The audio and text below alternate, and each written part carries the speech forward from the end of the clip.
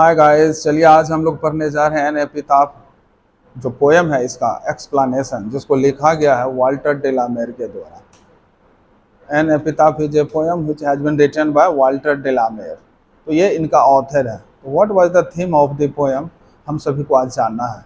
तो याद रखना है, an epitaph is a poem which has been written by Walter de la Mare. तो एपिताफ होता क्या है? तो एपिताफ जो यहाँ पर देख रहे हो, इसके पहले आर्टिकल एन का यूज है। इट मीन्स दैट यह एक नाउन है। तो आपको याद रखना है एन एपिताफ, तो यानी एपिताफ मीन्स होता है शिलालेख या समाधि लेख या स्मारक आप कह लो। तो in the memory of a beautiful lady, एक खूबसूरत लेडी है who was born in the west country but now she is dead. लेकिन अब वो जीवित नहीं है, वो मर चुकी है।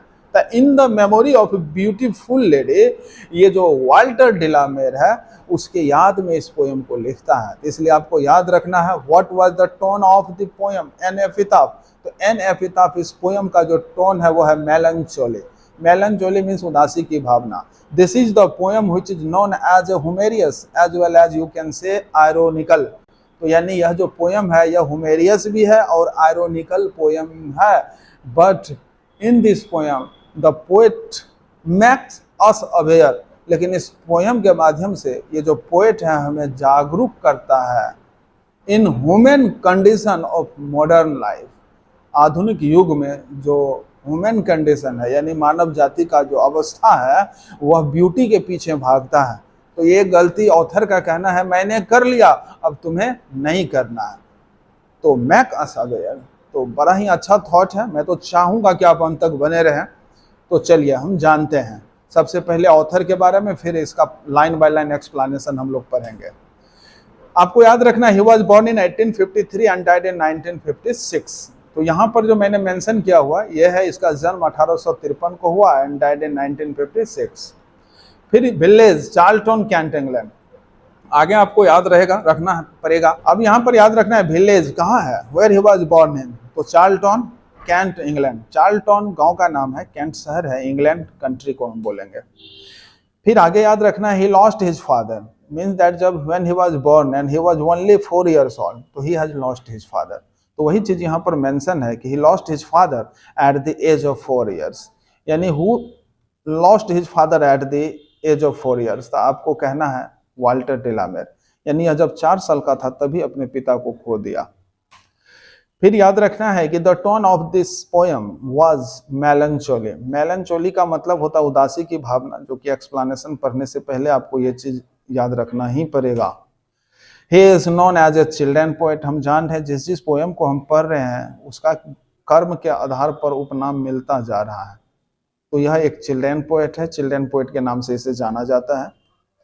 फिर कह रहे queen Elizabeth second honoured him with order of merit, यानी क्वीन एलिजाबेथ सेकंड जो है इंग्लैंड की महारानी, उन्होंने इसको एक प्राइज है ऑर्डर ऑफ मेरिट। तो यहाँ पर नाम प्राइज का लिखा हुआ है, तो ऑर्डर ऑफ मेरिट से सम्मानित किया कब, तो 1953 में। ये भी आपको याद रखना है, यानी queen Elizabeth second honoured him, यानी वाल्टर डेलामेर को एज ए ऑथर सम्मानित किया गया। किस अवार्ड से? ऑर्डर ऑफ मेरिट से। किस ईस्वी में? तो 1953 में।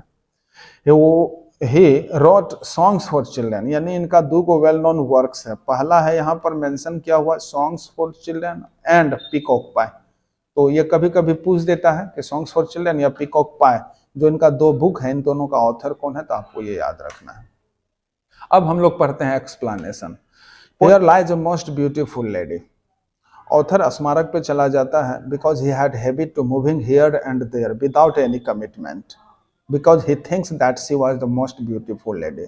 In the memory of beautiful lady, he went there at home and said, here lies a most beautiful lady.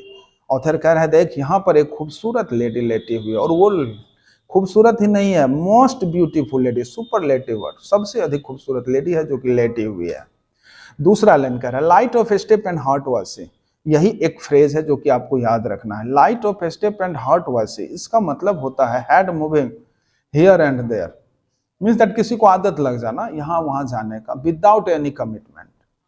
तो इस पोएट का कहना है when she was alive I had habit to moving here and there without any commitment, because he thinks, कह रहा आगे कि I think she was the most beautiful lady. कह रहे लत लगने का कारण है, मुझे लत इसलिए लग गया यहाँ वहां जाने का, और मैं किसी भी चीज का समझौता नहीं करता था, यानी जब तक मैं उसे देखता नहीं मुझे चैन नहीं आता था।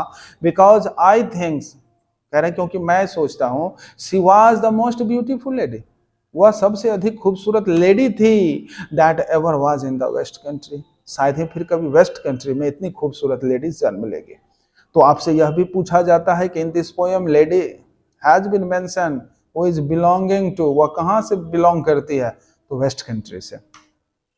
फिर आगे कह रहा बट ब्यूटी वैनिसेस, ये ब्यूटी क्या अंत तक चलता है? According to author beauty is a things which is not overlasting, ये जो ब्यूटी है बेटा अंत तक नहीं चलता। तो इसीलिए ऑथर कह रहा है बट ब्यूटी वैनिसेस, वैनिसेज मीन्स होता है नष्ट हो जाना, लुप्त हो जाना, गायब हो जाना, धूमिल हो जाना।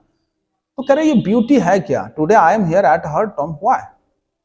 तो बोला अच्छी बातचीत वो होता है जो खुद से मंथन करे। ऑथर ने रियलाइज किया अब तो ये है नहीं, फिर भी मैं इसके कब्र पे आ जाता हूँ, खुद को बर्बाद कर रहा हूँ। तो why I am here at her tomb, तो he believes that because of her beauty, उनकी खूबसूरती के कारण। तो but what is beauty? According to author beauty vanishes, author कह रहे ब्यूटी वैनिसेज, ब्यूटी पासेज, ये ब्यूटी चला जाता है। However rare it be, कभी ना कभी ऐसा होता है। ऑथर का कहना है कि beauty is a things which is not overlasting, ये जो खूबसूरती चीज है ना ये अंत तक नहीं चलता। उम्र के पड़ाव में जैसे जैसे हमारा आयु ढलते चलता है ब्यूटी खत्म हो जाती है, लेकिन हम ब्यूटी के पीछे भागते हैं because the beauty has attraction. तो why you follow? What is beauty? Beauty is nothing, beauty कुछ नहीं है, समय के साथ वो चला जाता है। हाउएवर रेयर इट बी, कभी ना कभी ऐसा होता है। फिर ऑथर कहता है today I am alive so I am telling you about the lady who was born in the west country but now she is dead, but if I crumble, crumble अब आगे वाला लाइन देखो आप, कह रहा है and when I crumble, crumble stand for death या die. Author कह रहा आज मैं जिंदा हूं तो आपको बता रहा हूं, एंड व्हेन आई क्रम्बल, जब मैं मर जाऊं, who will remember this lady of the west country, तब इस वेस्ट कंट्री के लेडी को कौन याद करेगा?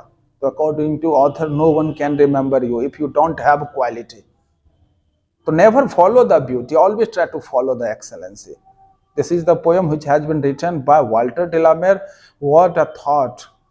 I'm very happy to teach you these types of poem. तो मैं चाहूंगा कि कर्म कुछ ऐसा करके आप जाओ, आप जिंदा रहो ना रहो doesn't matter, the people will remember you for ever, not like a lady. तो ऑथर का मानना है if you have a quality everybody will remember you, सब के सब तुम्हें याद रखेंगे। और बेटर एजुकेशन के लिए ऑफलाइन क्लास चालू है। If you want to be a good speaker into English like me and speak English fluently, not to worry, welcome to all, आइए हमसे जुड़िए और अपने लाइफ को सिक्योर कीजिए, because the language has power to change your personality. Why I am saying that the language has power? Because I believe that if you know how to speak English, यदि आप जानते हो कि अंग्रेजी बोलना कैसे है, तो you don't need to tell about yourself who are you, फिर आपको जरूरत नहीं पड़ती कि आप कौन हो, कहां से हो। The person who is there before you, वो लोग जो आपके सामने हैं, they will find out everything about you. Where does you belong from, what is your name, what is your father's name, these all things they will receive everything about you. That's why I am saying you the language has power to change your personality. If you want to change your personality, welcome to all, come in my coaching. My coaching name is Parvesh English Hub, which has been mentioned here. The name of my coaching is Parvesh English Hub. Look there. Thanks for watching this video. I'll see you again in next lecture. Have a nice day.